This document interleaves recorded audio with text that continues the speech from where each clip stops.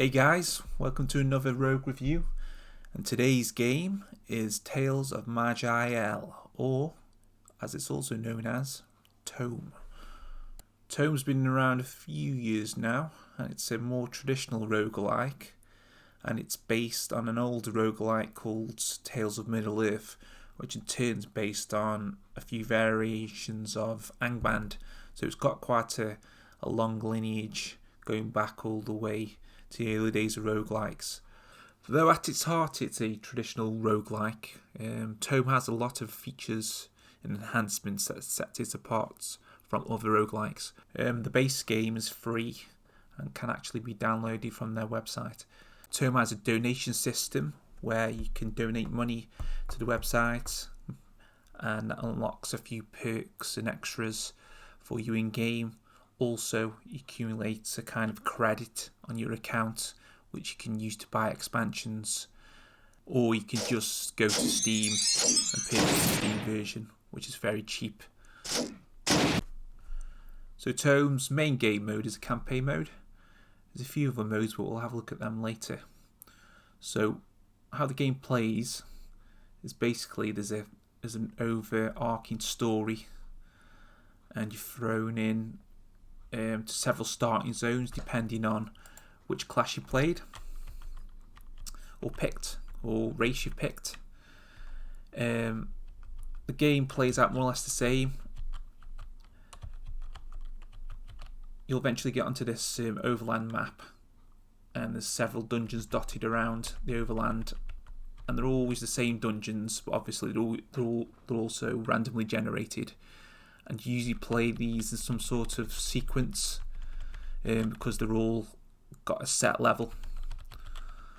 So obviously go to the dungeon to your corresponding level of experience, and it's a matter of just going through these dungeons, gain experience, items, etc. So you can go doing the more difficult dungeons further down the line. And as I said before, there is kind of a story going over your whole playthrough, which you can ignore or follow. After you've played quite a few times, you'll probably ignore it, to be honest. And the story changes as well, depending on your race and class as well sometimes. I'll also say that when you enter some of the dungeons, sometimes there's different variants of the same dungeon, so that mixes things up. But it's the basic thing really. You go in the dungeon, you go through it, and there's usually a boss at the end, and you level up and then continue on to the next dungeon. So let's go have a look at one of the dungeons as an example.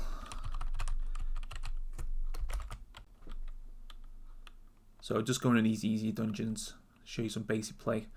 So it's like playing any other roguelike really, at its heart.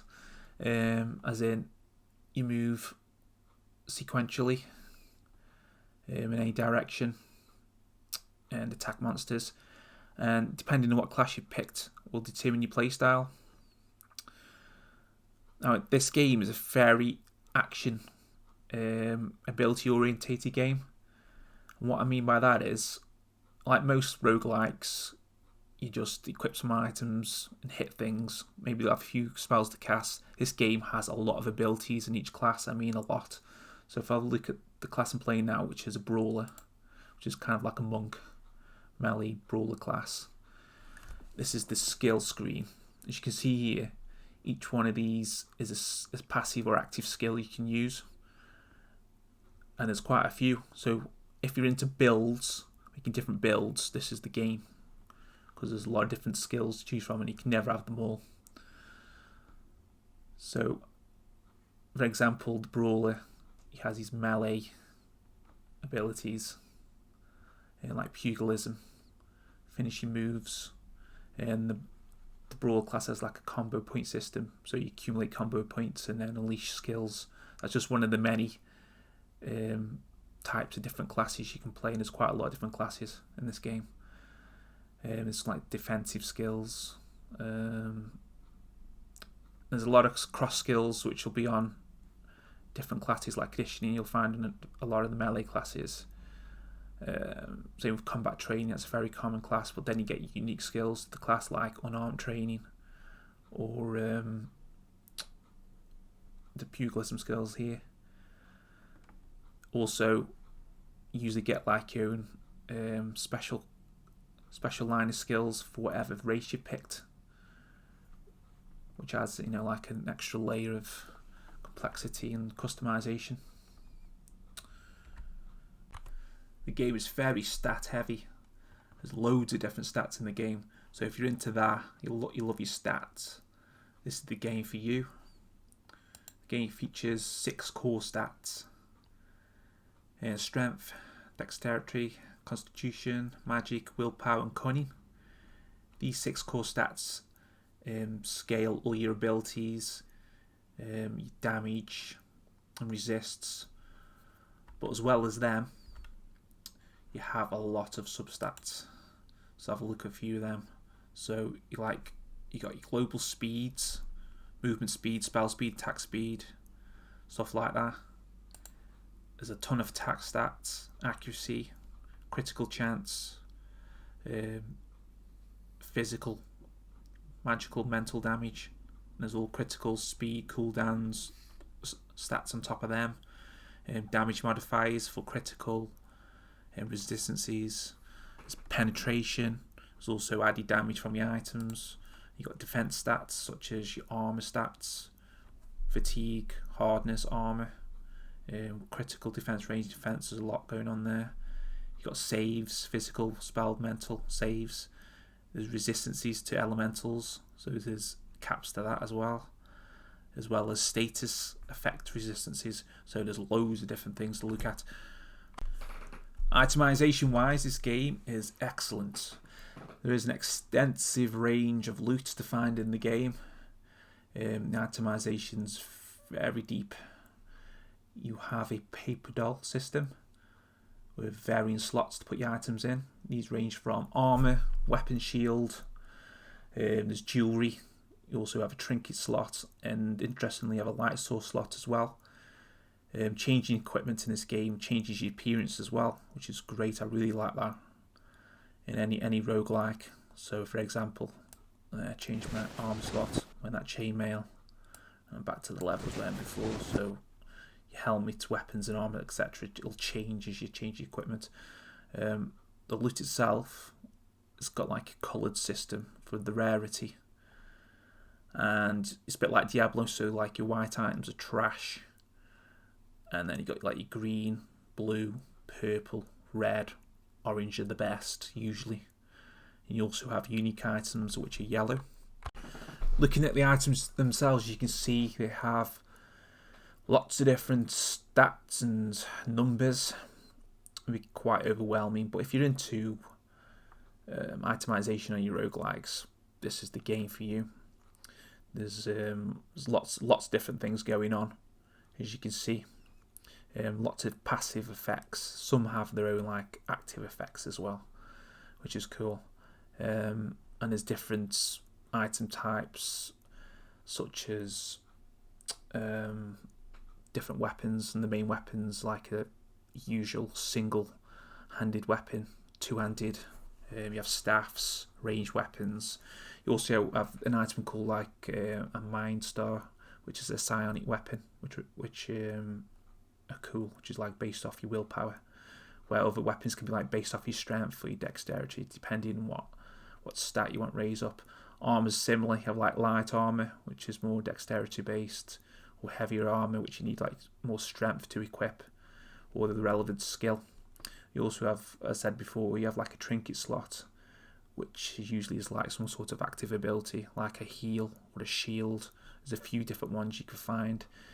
Also, you have this lantern slot, which is used to give you like a bigger light radius, so you can see things further away or detect stealth enemies.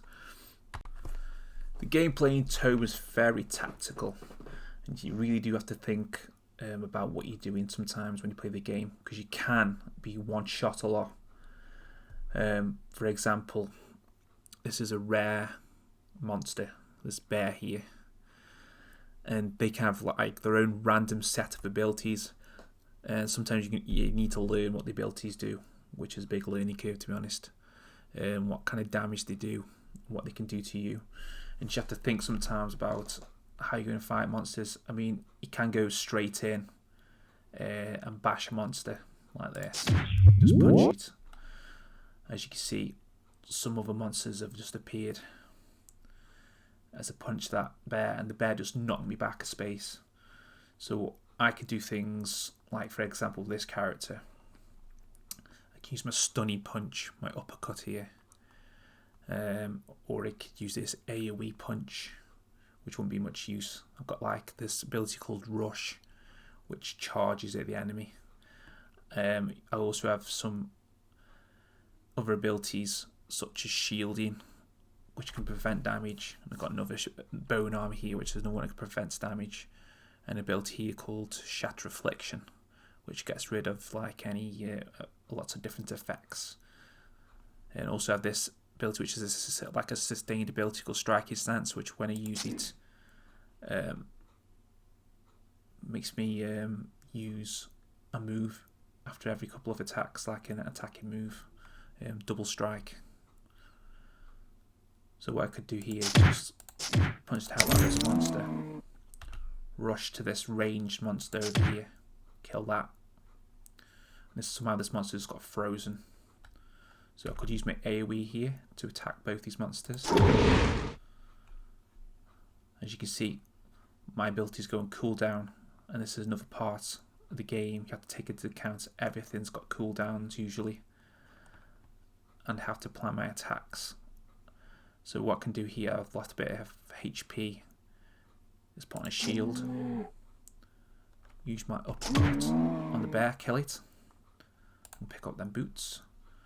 And then what I could do is I could walk over to that monster there, which is a ranged monster. I can't rush it because it's on cooldown. Also could also use this ability called Blink, which should take me near to the monster. There we go. And then just kill him. And then as I've done that to more monsters, these drakes are coming up towards me. So what I could do is hang back, get a couple turns, get cooldowns to go down a little bit. Kill this rat. Now just reveal some more monsters by accident. Put my shield on. Kill that snake. These worms are coming towards me. Let them come. Use my AoE. Kill everything. There we go. And that's like a typical combat scenario which you'll be doing throughout the game. TOME has a few different game modes you can play. The main one being the campaign, the Age of Ascendancy, which we were playing earlier. It's what you'll play mainly for each run through. You've got a couple other ones. You've got the Infinite Dungeon, which is a more traditional roguelike style of play, a lot like NetHack, where it's just basically descending down to a dungeon level by level, but it never ends, hence the infinite. So it's basically a challenge to see how far you can go. There's also an arena mode, which is just waves of monsters attacking you after a set time. There is an end to that one as a final boss. It's a good way of also practicing different characters and trying out builds. The last one's called the Embers of Rage, which is a secondary campaign, and that's included in one of the expansions. So if you're bored of the main campaign, you can try that one. Also, you can change the difficulty of the game. So usually in a roguelike, it's permadeath, you die after one life. But if you want to, you can change it into exploration mode, which basically gives you infinite lives. There's an adventure mode, which I recommend, which gives you a couple of lives to start with, and then a life after so many levels. But if you're more of a traditionalist and like punishment, you've got the usual roguelike mode, which is one life and you're dead. You can also change the difficulty of the enemies as well, from easy and normal nightmare. There's a couple other ones which are locked. And speaking of locks, the game has a lot of different things locked behind progression.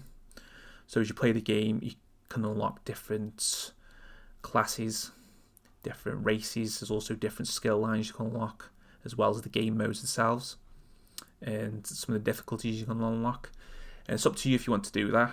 You can install a mod, especially if you've got Steam, which basically unlocks everything for you.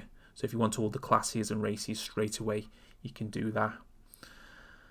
So here's a few of the classes here. As I say, there's quite a few. There's 23 different classes. You got like some of the basic classes like Berserker. There's a sword shield character called a Bulwark, or an archer or a rogue.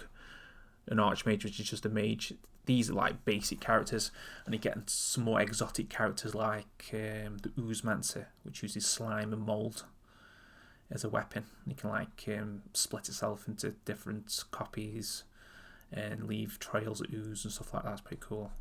And then there's a time traveling class, which is one of the more complicated classes where you can travel back and forth in time. It's very, very good. And there's a class called the Possessor, which you can like inhabit different. You can like basically like a parasite, and you go into different monsters, and you can switch between them. And it's very difficult to play though. Yeah, so there's quite a lot to choose from, as well as the races themselves, which add a different layer of customization to your class. So some races are better to mix, to match with different classes, such as like halflings make really good rogues, and I think it's the Shale Lord are good mages, which are elves, and then you got like some more exotic ones like giants, which obviously have really high strength. You also have skeletons, undead creatures, and ghouls, which have like lots of immunities, but they can't heal normally like some of the other characters. Let's talk about the sound and graphics.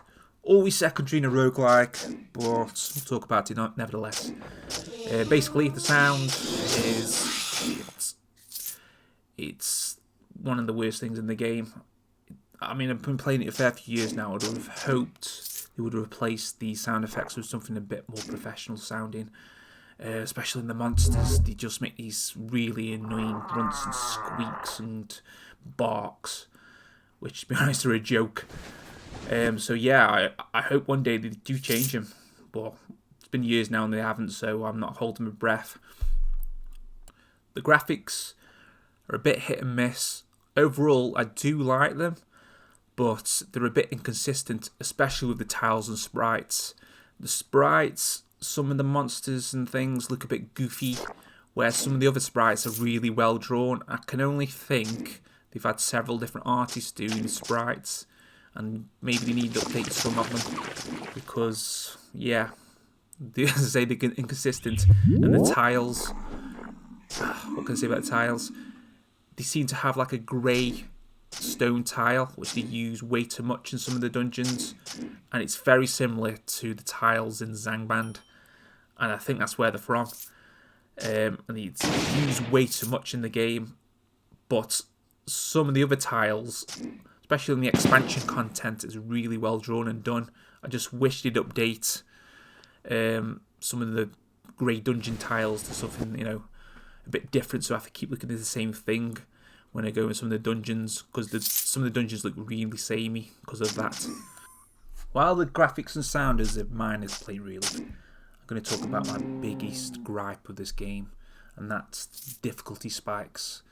And what I mean by the difficulty spikes in this game is usually you'll come across that one monster, that one elite monster that'll just wreck you. It'll just pierce all your defences, and sometimes it'll even one-shot you, which I find really unfair sometimes. I mean, this can be avoidable. You can check every single monster to see what their damages are and what they do, but that can be really tedious, to be honest. Or there are escape skills, but even then you're not guaranteed you're going to get away, and it can be really annoying. I wish there was less difficulty sometimes. I mean, you could be walking through the game and you're doing really well and you build strong and you're killing things, and then it just happens out of the blue, and it could be something really random, like a purple bee or something like that, and you're just like, what? How did that kill me? And it can be so annoying sometimes. But I suppose that adds to the game, so you've always got to try to maximise your build and make sure you have the right resistances and escape mechanism. But it can be annoying sometimes. Sometimes I feel it is a bit unfair, but that might be appealing to some people. That's really my only big complaint about the game. So my final thoughts on TOME, Tales of Maj'Eyal. Well, easily one of the best roguelikes you can get or play. One of my top 3 roguelikes as well. Highly recommend it. I've been playing it a fair few years now, and it's very addictive. Keep coming back all the time to it. I think what brings me back is the amount of different classes you can play with, the different skills and the builds. I mean, it's a traditional roguelike at heart, but I think the build aspect to the game makes it more addictive than other roguelikes. And you'll be making different characters and try and get through the game, and you'll die, and then you'll go back and try a different character or a different build, and that's what keeps bringing you back. TOME has a ton load of content as well. There's a whole load of dungeons to explore. There's variations on them dungeons. There's encounters, secrets, a shitload of items to find. There's quests to complete. You name it, there's hundreds and hundreds of hours worth of gameplay in there. Also, you got the variable difficulty, so if you're new to rogues, play easy mode. If you're turned off by permadeath, which a lot of people are turned off by permadeath and roguelikes, you can get rid of that and you just play it at your own pace. But if you're more hardcore, go for the hardcore mode. Play it in roguelike mode. See if you can complete it doing that. I mean, that will be a real challenge. I highly recommend getting the 3 expansions as well to the game, because it adds so much content, especially extra campaign and some of the other classes, which are some of the best in the game. Also, there's an online component to the game as well, which I didn't mention before, where you can upload your stats to the website. There's also like a chat in-game if you connect to their server, which is pretty cool, so you can talk to some other players, get some advice, or see what they're up to. So yeah, can't praise it enough. A couple minor gripes, but all in all, one of the best roguelikes going. So do yourself a favour and go and pick it up. And thanks guys for listening to my review. Goodbye.